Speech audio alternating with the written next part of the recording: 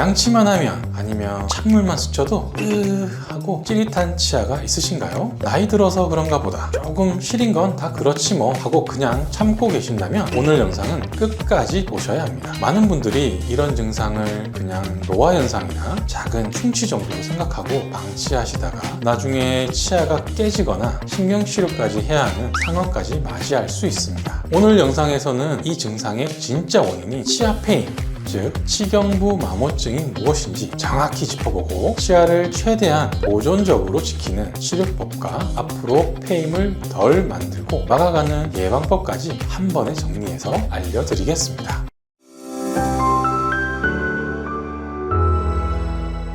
안녕하세요. 안산 365일 치과 황규정 원장입니다. 사진을 자세히 보시면 이렇게 치아 목 부위에 치아가 패여 있는 분들이 참 많이 있습니다. 이렇게 계속 페인 현상이 진행되다 보면 시린 증상은 심해지고 결국 신경치료, 보철치료, 심지어 발치유, 임플란트까지 갈 수도 있게 되는데요. 그래서 큰 치료로 번지기 전에 치아 페임의 원인을 정확히 알아내서 치아를 최대한 오래 쓰기 위한 치료 방법과 생활 습관 개선이 매우 중요합니다. 먼저 치아 페임이 뭐냐부터 간단히 정리해보면 치아와 잇몸이 만나는 경계, 치아 목 부분이 서서히 닳아 없어지거나 조각이 깨지듯이 떨어져 나가는 현상을 말합니다. 대체로 성인, 특히 중년 이후에 많이 나타나는데요. 나이가 들면서 잇몸이 조금씩 내려가고 그동안 잇몸 속에 가려져 있던 치아 뿌리 부분이 바깥으로 노출되기 때문입니다. 이 치아 뿌리 쪽은 원래 범낭질의 두께가 매우 얇습니다. 여기에 잘못된 양치 습관, 과도한 씹는 힘 같은 외부 스트레스가 반복되어서 가해지면 이 얇은 부분이 점점 파이면서 치아목이 U자 또는 V자 모양으로 깎여 나가게 되는 것입니다. 그럼 실제로 치아가 패이면 어떤 증상이 생길까요? 가장 대표적인 증상이 바로 시린 증상입니다. 치아 안쪽의 신경은 원래 단단한 조직들에 둘러싸여서 보호를 받는데 페임 때문에 그 보호층이 얇아지거나 일부가 사라지면 차가운 것, 뜨거운 것, 단 것, 바람 같은 외부 자극이 더 직접적으로 신경 쪽으로 전달됩니다. 그래서 양치할 때, 찬물 마실 때, 공기가 닿을 때 찌릿하고 오는 시림을 많이 호소하시죠. 페임이 더 심해지면 치아 내부의 신경이 외부 자극에 더 노출되거나 균열이 생기고 염증이 생기면서 으악 소리가 나올 정도의 순간 통증을 느끼기도 합니다. 문제는 치아 페임이 꽤나 진행될 때까지 스스로 별 증상을 못 느끼는 분들이 계시다는 겁니다. 어떤 분들은 치아 목이 많이 파여서 겉에서 분홍색이 비쳐 보일 정도인데 저는 하나도 안 시려요 라고 말씀하시기도 하는데요. 이는 치아 페임이 오랜 세월에 걸쳐 천천히 진행되면서 신경 공간이 좁아지고 석회화가 진행되면서 반응이 무뎌지게 된 것입니다. 그래서 안 아프니까 괜찮겠지가 아니라 모양이 이미 많이 패였다면 증상이 없어도 치료가 필요한 경우가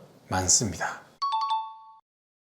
치아 페임의 원인은 여러 가지가 섞여 있는 경우가 많지만 환자분들께 설명할 때는 모양을 기준으로 두 가지로 나눠서 설명을 드리는데요. 첫 번째, U자 형태의 파임입니다. 이것은 잘못된 양치질 습관, 흔히 말하는 분노의 양치질처럼 좌우로 거칠게 문지르는 습관이 원인이 됩니다. 이 힘 때문에 치아 목 부분이 U자 형태로 깎여 나가는 거죠. 두 번째는 V자 형태의 페임입니다. 이갈이 또는 이를 꽉 무는 습관에 의해서 생기는데요. 이갈이나 이를 꽉 무는 습관은 치아에 엄청난 스트레스를 주고 씹는 힘이 강해질 때 치아가 휘어지게 됩니다. 이때 치아 목 부분이 견디질 못하고 터져 나가게 되는데 도끼로 찍은 듯한 V자 형태의 페임이 나타나게 됩니다.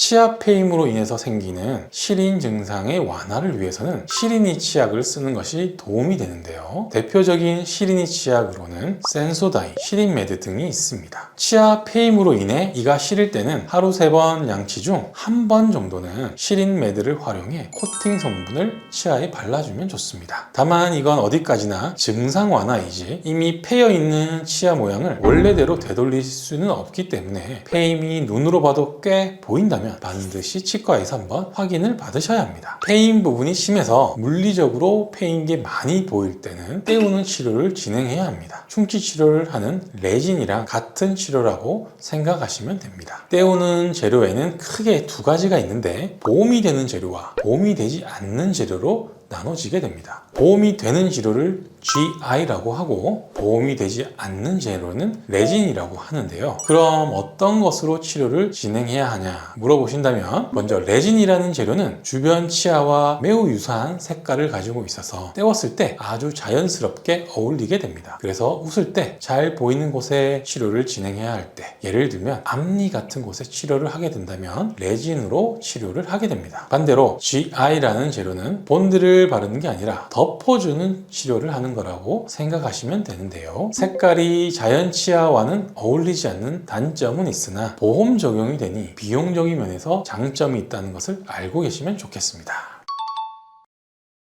이미 패인 건 치료로 보완을 해야 하지만 앞으로 더 패이지 않게 막는 것이 정말 중요합니다. 우선 일상생활 중에 특정 치아에서 시린 느낌이 반복된다면 거울을 보고 치아 목 부분이 움푹 들어가 있지는 않은지 한 번쯤 확인해 보시면 좋습니다. 육안으로 봐도 파여 있거나 손톱으로 만져봤을 때 턱이 느껴진다면 그때는 괜찮겠지 하지 마시고 치과에서 정확한 진단을 받으시는 게 좋습니다. 그리고 예방의 첫 단계는 올바른 양치 방법입니다. 딱딱한 칫솔모는 사용하지 마시고 힘을 너무 세게 줘서 닦는 것도 하지 마시고 좌우로 왕복하는 칫솔질보다는 위아래로 부드럽게 칫솔질을 하는 것이 올바른 양치 방법입니다. 이렇게만 바꿔도 치아 페인뿐 아니라 잇몸 퇴출, 시린이가 생길 가능성을 크게 줄일 수 있습니다. 그 다음 두 번째는 단단하거나 너무 질긴 음식은 조심하는 것입니다. 견과류 껍질, 질긴 육포 또는 얼음을 깨먹는 것은 치아에 과도한 힘을 가해 치아가 휘어지고 폐임이 더 빠르게 진행될 수 있습니다. 또 잠을 잘 때 이갈이, 평소 이를 꽉 물고 있는 습관이 있다면 마우스피스 등으로 교합량을 분산시키고 필요하다면 치과에서 교합 조정으로 특정 치아에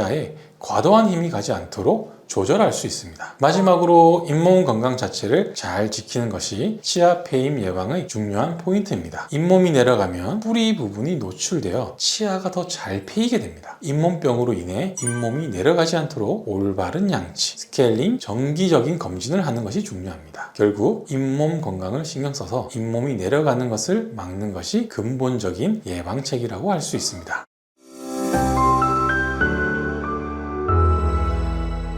오늘은 치아 폐임의 대표 증상과 일으키는 원인 그리고 상황에 따른 치료 방법과 예방법에 대해서 정리해 보았습니다. 이 영상을 통해 왜 이가 시린지, 내 치아 폐임은 어떤 상태인지, 어떤 치료 예방 방법이 나에게 맞을지 조금이나마 감이 잡히셨다면 좋겠습니다. 궁금한 점이 있으시다면 댓글에 남겨주시면 가능한 자세하게 답변 드릴 테니까요. 편하게 남겨주시면 감사하겠습니다. 언제든 카페같이 편안하게 찾아올 수 있는 치과가 되겠습니다. 지금까지 안산 365일 치과 대표원장 황규정이었습니다. 감사합니다.